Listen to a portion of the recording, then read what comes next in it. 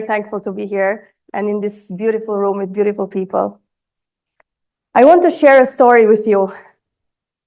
I was sitting in Geneva, in Switzerland, many years ago, in my office in the United Nations, when I overheard my colleagues next door speaking that they were going to a business trip to Saudi Arabia. And I was like, what? I want to go to Saudi Arabia. So immediately, I rushed and I saw my boss. And my boss is very supportive of me at the time. He was sending me to any trip I wanted. He always supported my ideas. So I was like, this is easy. I told him, I heard these guys, they are going to Saudi Arabia. I want to go with them. And he looked at me and he said, no, sorry, you cannot go. I was like, what? What do you mean I cannot go? I go everywhere. And he said, no, you cannot go to Saudi Arabia. You're going to mess up our trip. This is only a man delegation. And if you go to Saudi Arabia, we cannot do so many things. There are cultural differences. You don't understand. You cannot go on the trip. Of course, as you can see, I don't give up. So I decided, when I went back to my office, I have to go to Saudi Arabia. I was so curious. I wanted to learn about this country beyond the assumptions that I saw in the media, beyond the news, beyond what I read. And now that my boss said I cannot go, I really want to go. So I decided I have my own fate in my hands.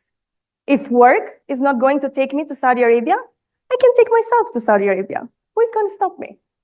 So I went on and I booked a ticket for a 2-week vacation. Then I called all my friends and I said, I'm leaving in a couple of days because, of course, I wanted to beat my colleagues and come first before them so that I can tell them later what happened to me in Saudi Arabia.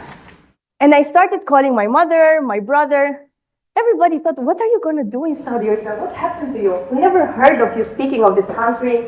Do you know anybody there? I said, oh, I don't know anybody there. I don't know anything. It's going to be fine. My brother laughed at me. He said, this is ridiculous. Like, I don't know what you're doing. Then I started also fearing a little bit. Maybe, what am I going to do actually for 2 weeks? I booked my ticket to Riyadh. I didn't know anyone. I thought, really, 2 weeks in Riyadh? Maybe I got a little bit too excited. So I had a plan B. I thought I would spend some days in Riyadh and then go around to Bahrain, to UAE, to Kuwait, do a little bit of a tour around here, tick my box, and then it's done. So I decided, let's go. When I landed, it was 2018, and I thought I will just be a stranger, a passerby, someone that nobody will remember, someone that will come and go, and I will meet few people and then go back to my home country.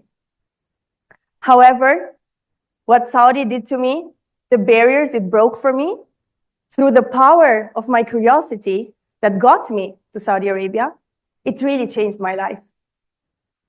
And what I really noticed was that I never left Riyadh actually for 2 weeks. I never even went to another city. I was so busy.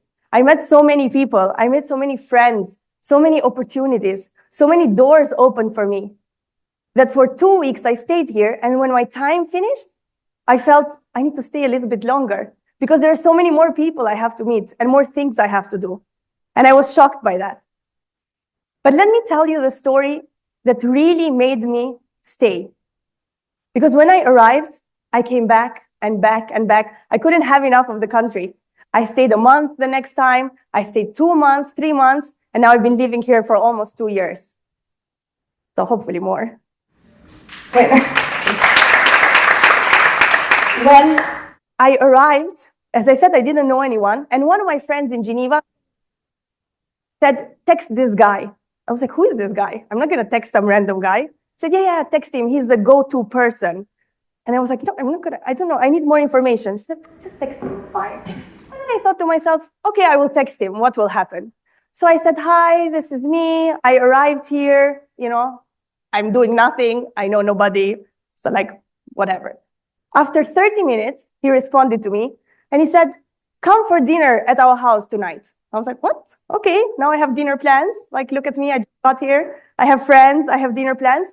So I thought I'm going to go for dinner. What is going to happen? I'm going to go for dinner. If I don't like it, I'll go back home. I took a few riyals out because my plan still was that I was going to travel around and, go to all the other countries and just spend a few days here. So I thought I don't need more money. I jumped in the taxi. I love taxi drivers, by the way. Like, they are chatty. Everybody's telling you about their lives. It's beautiful. They're really the heartbeat of every city. Everywhere I go, I'm always chatting to taxi drivers. This man, I remember him. He was in his late 50s, very soft-spoken, very curious. We really shared that. I was so curious about him, and he was so curious about me. He asked me so many questions. What are you doing here? I, of course, had to tell him my story with my boss and everything. He laughed about it. We shared that moment together, and the drive flew by. And I arrived in this beautiful gate, and then I texted, of course, my new friend, the go-to person. He opened the door. He welcomed me in his house. Welcome to Riyadh, he said. This is my wife. Let's have dinner. And then I smelled something in the air. There is some food smell. Of course, the beautiful kabsa, which now I'm a huge fan of. And whoever hasn't tried it, you have to try it, although in moderation, because, it's a very big food. And then we went home. We started chatting. We shared so much. We shared so many stories. We shared so many values, so many dreams. And then I forgot, actually, I was in Saudi Arabia. We were so similar. Our values, our stories, our dreams were so similar to each other. And it was very beautiful. And 5 hours flew by, and I couldn't believe myself that I just met these people, and I felt like I knew them forever, and I felt like I was home in my family. It was a very, very beautiful moment. And then they told me when I was leaving, why don't you come back tomorrow? I said, of course I'm coming back tomorrow. This is amazing. Come back here every day. So I came back the next day, and they introduced me to more people who invited me to more things, who introduced me to more people. And those discussions became friendships and became opportunities and became businesses and dragged me here where I love it, and I keep staying with those friends. Now I thought to myself, imagine if I said no. Imagine if I never went to that dinner or I never texted that person, how many lost things would be, how many lost friendships, how many lost opportunities, and how many lost beautiful meetings I would have had. And I would never be here if I had said no to that dinner or if I hadn't booked that ticket. But curiosity pushed me. I wanted to know who is the go-to person. I wanted to know how Saudi Arabia looks like. And that's how I moved. And it was very, very beautiful. However, before I came here, I had my own barriers in my mind, imaginative barriers, not physical ones, barriers that I created in my head. From people, I was thinking, maybe Saudi Arabia is not welcoming. Maybe nobody is going to welcome me there. I'll be there, I'll meet no one, and then I'll go back. And you know now from my story that I was over-welcomed. I tell everybody, the biggest danger in Saudi Arabia is to go to someone's house because you love it so much, you never want to leave. You just have to leave. So I always say, be careful. Once you go there, you're hooked forever. The second myth that I had was that I am from the investment space. We do a lot of business, investing in companies. And I thought there's no entrepreneurship in Saudi Arabia. I heard about investment. People are investing in funds. I never heard about companies or homegrown startups. And when I moved here, I met so many entrepreneurs that now have done so well, have gone beyond borders, have gone international, and are so successful. And it was so beautiful for me to see that and actually understand that I had put this barrier in my mind that something is not there without even learning, without even giving the opportunity to see it. And the last thing I thought was always, there's so much culture. I will never be able to fit in. Trust me, I fit in very well. Like too much even, I think.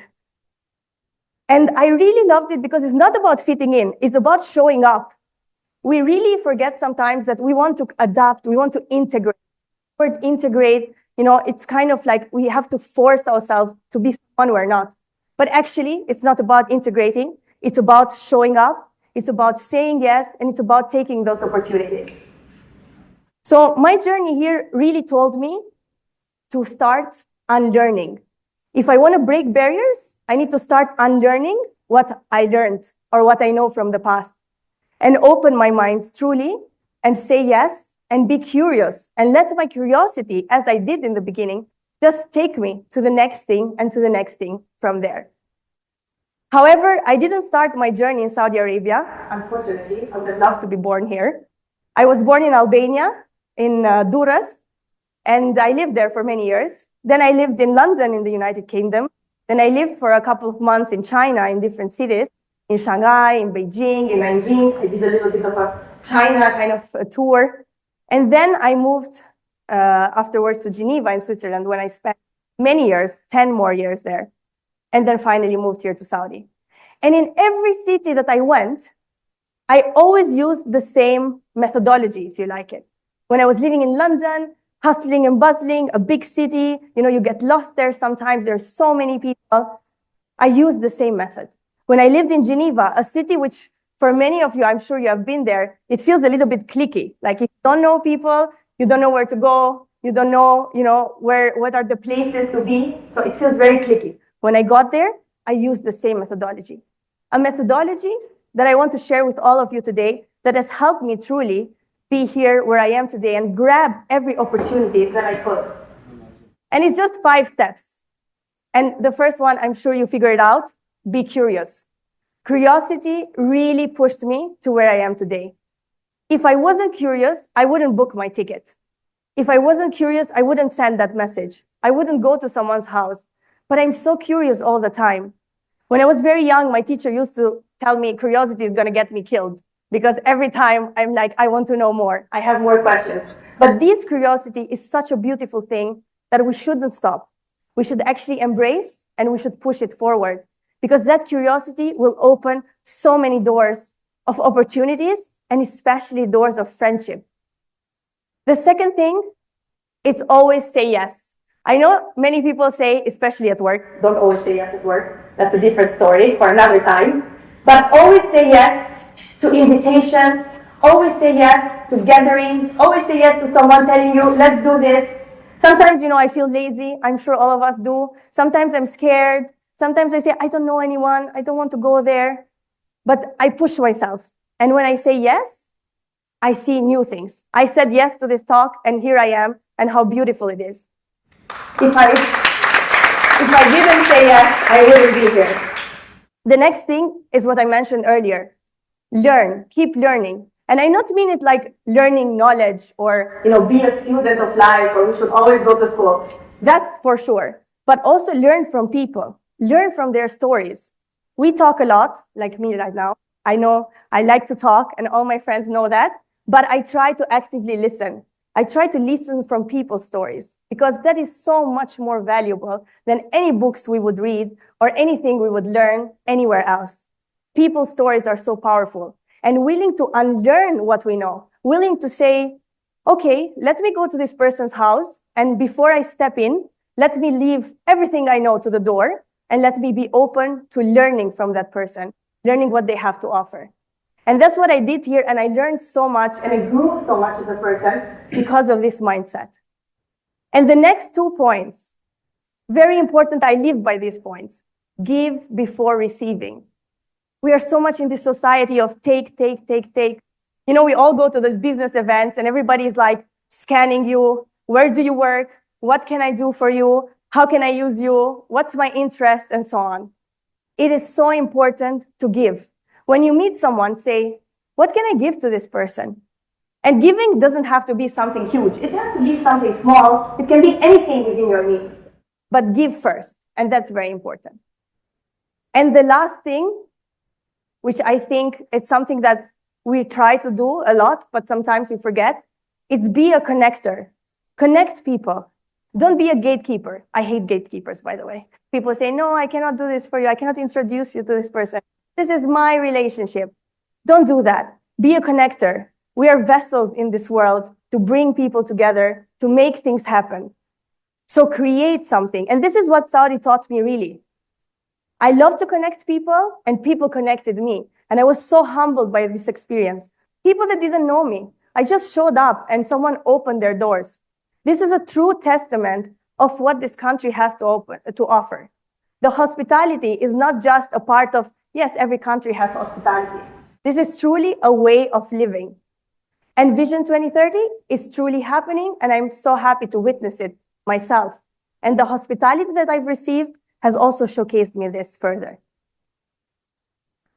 When I moved to Saudi, I learned not what can I get, but what can I create?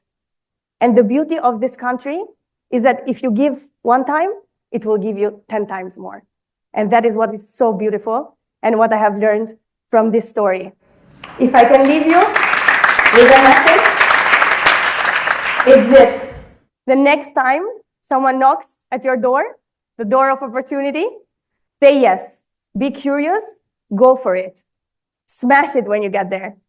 Because if you don't do that, a lot of things will be missed out of your life. And maybe if you don't remember anything, just remember my example and how I got here. And may this inspire you, hopefully, to say yes to the next opportunity. Thank you very much.